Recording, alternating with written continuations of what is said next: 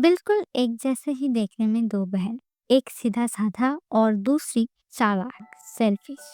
कैसा होगा उन दोनों की कहानी? चलिए देखते हैं इस मूवी में। जेसिका अपने बेटे को उसके हस्बैंड लॉस के पास कुछ दिन के लिए रख कर जाने वाली है टेक्सास में, जहाँ उसे उसकी बिजनेस के लिए भेजा जा रहा है। जेसिका की फ्रेंड मेडी उसे कहता है जो कई दिन वो टेक्सास में रहेगी उतनी दिन वो कुछ रिलैक्स करे। जेसिका की डिवोर्स की केस कोर्ट में चल रहा है पिछले कई सालों से। कोर्ट उसके बच्चे की कस्टडी किसको दे, जेसिका अपने बच्ची को अपने पास रख पाएगा या फिर नहीं, ये सब कुछ लेकर जेसिका कई दिन से बहुत ही परेशान थी। कुछ देर में ही जेसिका टेक्सास पहुंचता है। होटल पहुंचकर वो जान पाती है उसकी बुकिंग कैंसिल हो चुकी है। इस बात को लेकर जेसिका बहुत ही परेशान हो रही थी, पर तभी पीछे से एक आदमी आती है जेसिका को मदद करने के लिए। अब जेसिका जब अपने रूम पहुंचता है तब वो आदमी, जिसका नाम था हैरी उसे डिनर के लिए इनवाइट करता है। जेसिका हैरी को जज ना करके ही हैरी के साथ डिनर के लिए चली जाती है। वो दोनों एक साथ बहुत लंबी समय बिताता है। एक रात के अंदर ही जेसिका और हैरी के बीच में रिलेशन हो चुका था और उस रात जेसिका और हैरी इंटीमेट हो जाती है। अगले दिन सुबह होते ही देखा जाता है हैरी के बिहेव बदल चुका है। हैरी बताता है पिछले रात की सारी इंटीमेट सीन की फुटेज उसके पास है। हैरी उसे इस वीडियो को दे सकता है अगर जेसिका उसे $70,000 दे दे, और ये सब कुछ उसने उस जेसिका के पति लॉस के कहने से ही किया है। जेसिका एक जाल में फंस जाती। वो चाह कर भी पुलिस में नहीं जा सकती है क्योंकि कोर्ट अगर इस वीडियो को देख ले तो हो सकता है जेसिका को उसके बच्चे की कस्टडी ना मिले। वापस आकर जेसिका टेक्सास की उस होटल में कॉल करता है हैरी के बारे में कुछ इन्फॉर्मेशन निकालने के लिए, मगर इससे कोई फायदा नहीं होती है। होटल वालों ने साफ साफ उसके बारे में कोई भी इन्फॉर्मेशन देने के लिए मना कर देता है। हैरी ने जेसिका को कुछ दिन की समय दिया था, जैसे तैसे करके जेसिका को पैसे की जुगाड़ करना ही होगा, जिस कारण जेसिका अपने पापा के पास जाती है पैसे मांगने, मगर उसके पापा साफ साफ पैसा देने के लिए मना कर देता है। उसके पापा कहता है अगर वो इस बात को लेकर और भी ज्यादा कुछ कहे तो उसे उसकी बहन एली के जैसे ही जायदाद जमीन से बेदखल कर दी जाएगी। इस बात को लेकर जेसिका रूठ कर वहाँ से चली जाती है। इसके बाद ही एली के साथ जेसिका के दोस्त मैडी की क्लब में मुलाकात होती है। मैडी उसे देखकर जेसिका सोचती है और उससे बहुत सारी बातें करने लगती है, मगर थोड़ी देर बाद एली उसे रोक कर कहता है वो जेसिका नहीं है, उसकी बहन एली है। एली और जेसिका देखने में बिल्कुल एक जैसा ही है। एली मैडी को अपने नंबर और उसके घर की एड्रेस देकर जेसिका को उसके घर जाने के लिए कहता है। एली चले जाने के बाद जेसिका आती है।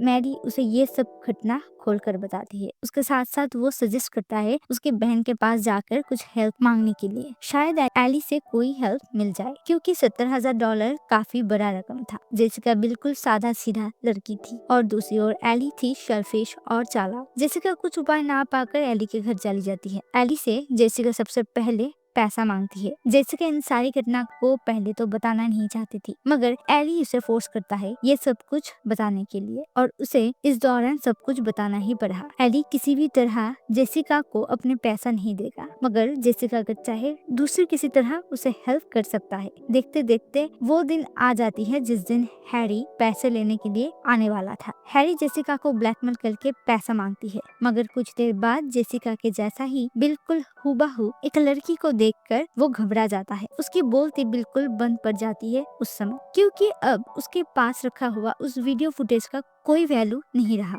जेसिका अब ये कह सकता है टेक्सास की उस होटल में जेसिका नहीं थी। वीडियो फुटेज में जिस लड़की को दिखाई जा रही है वो एली है। एली और जेसिका दोनों मिलकर उसे चकमा देकर यहाँ से भगा देता है। अब कई दिन बाद जेसिका की बारी थी एली की हेल्प करने की। एली उसे कॉल करके अपने घर बुलाकर एक काम सौंपता है, जहाँ पर जेसिका को एली के जैसे ही सज धज कर मेक्सिको जाना पड़ेगा और वहाँ से ही एक इंसान के साथ अपने हैट एक्सचेंज करके वापस आना पड़ेगा एली के घर। दरअसल एली जेसिका से कुछ इलीगल काम करवाने जा रही थी। जेसिका अपने ऑफिस से एक दिन की छुट्टी ले लेता है और बॉनी को लॉस के पास बेच कर आती है एली के घर। जेसिका बिल्कुल एली के जैसे ही तैयार होकर रवाना होती है मेक्सिको की तरफ। एली की बताई हुई सब काम करके वो वापस आने लगती है और उसी समय एक मेक्सिकन पुलिस ऑफिसर उसे पकड़ लेता है। जेसिका एक मिनट के लिए टेंशन में पड़ जाती है, अब वो फंस जाएगी, मगर वो ऑफिसर उसे बस उसका आईडी कार्ड वापस देने के लिए ही आया था। ये काम खत्म होने के साथ साथ जेसिका एली से कह देता है इसके बाद ऐसी इस तरह के काम वो बिल्कुल भी नहीं करेगा। मगर दूसरे ही दिन जेसिका के घर 2 डिटेक्टिव पहुंचता है क्योंकि पिछले ही रात में जेसिका के फादर की डेथ हो चुकी है। डिटेक्टिव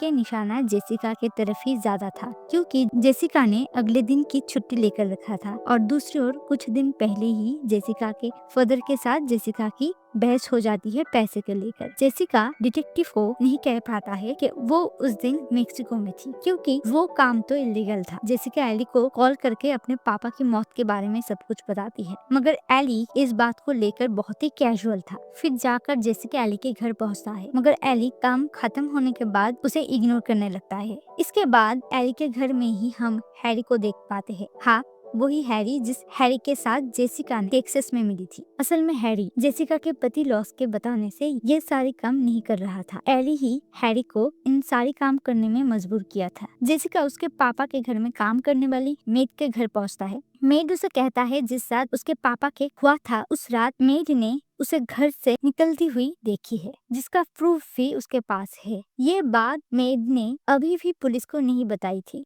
और आगे भी नहीं बताएगी अगर जेसिका उसे ढेर सारी पैसा दे। सब लोग पैसे के लिए ही ऐसा कर रहा था क्योंकि जेसिका के पापा जेसिका को अपने सारे जायदाद देकर गया था जिसके एक भी हिस्सा एली नहीं पाती है। जेसिका उस दिन एली के बताने पर ही मेक्सिको गई थी। उसका कोई प्रूफ नहीं था क्योंकि जेसिका को बिल्कुल एली के जैसा ही लग रहा था देखने में। दूसरी ओर उनके पापा जिस दिन खून हुआ है उस दिन जेसिका ही उसके पापा के घर गई थी। इसका भी प्रूफ है मेट के पास। अब जेसिका पूरी तरह से एली के जाल में फंस जाती है। ये सब गेम एली ने ही खेला है। पहले तो जेसिका को अपने काम के लिए मेक्सिको भेज देता है एली सजाकर। दूसरी तरफ वो जेसिका बनकर उस रात उसके पापा को मारने के लिए उनके घर पहुंचता है। पर ये सब कुछ कैसे प्रूव होगा? जेसिका डिटेक्टिव के पास जाकर सारी घटना बताती है। डिटेक्टिव और जेसिका एली के घर जाकर एली से पूछताछ करने लगती है। एली के मेक्सिको जाना और वहाँ पर उसके साथ हुआ सारी घटना बोलती है। जेसिका जो बातें एली को नहीं बताई थी वो एली को कैसे पता चल सकती है? अब डिटेक्टिव ही एली को बिलीव नहीं कर पा रहा था क्योंकि जेसिका जो भी करता है वो उसका ही एगेंस्ट में चली जाती है। रात में जेसिका के ऊपर एक हमला होती है और वो हमलावर और कोई नहीं हैरी था। हैरी उसे कोई नुकसान नहीं पहुंचाता है। हैरी आया था एली की सारी सच्चाई जेसिका को बताने। हैरी के पास एक रिकॉर्डिंग भी था जो एली के खिलाफ काम करेगी। हैरी अब फिर से जेसिका से पैसे मांगती है। अगर जेसिका हैरी को पैसे देगा तो हैरी एली के खिलाफ काम करेगा। अब जेसिका हैरी से किसी तरह वो रिकॉर्डिंग ले लेती है और उस रिकॉर्डिंग को उसके फ्रेंड मैडी के पास रखकर हैरी को भेज देता है एली के पास।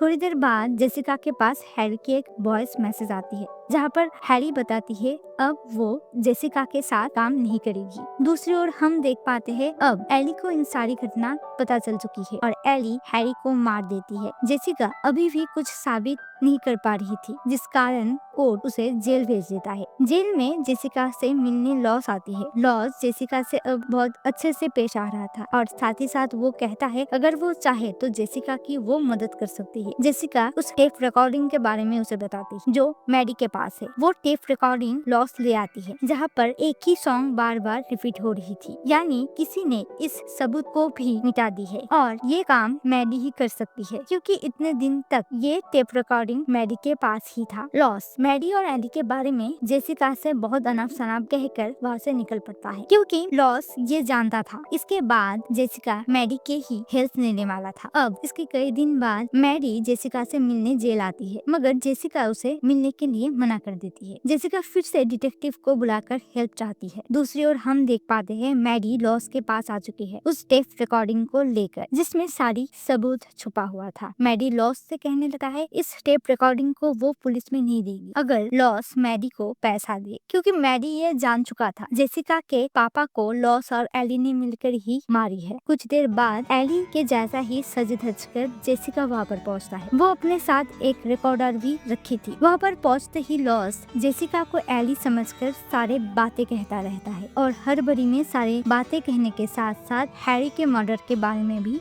बता देता है, मगर ये तो जेसिका है, एली नहीं है। एली और लॉस अब एंड में जाकर फंस चुका था। डिटेक्टिव दोनों को पकड़कर ले जाता है जेल। जेसिका जिस एली बनकर इन सारी मुश्किल में फंस गई थी, उस एली बनकर ही इस मुश्किल की हल निकाल लेती है। इन सारे काम में जेसिका के मदद करता है उसके फ्रेंड मैडी और डिटेक्टिव। जेसिका अब उसकी बच्ची के साथ उसकी अपनी जिंदगी में खुश थी। कहानी ऐसे ही खत्म होती है। वीडियो अगर पसंद है तो please do like, comment and subscribe. Thank you for watching.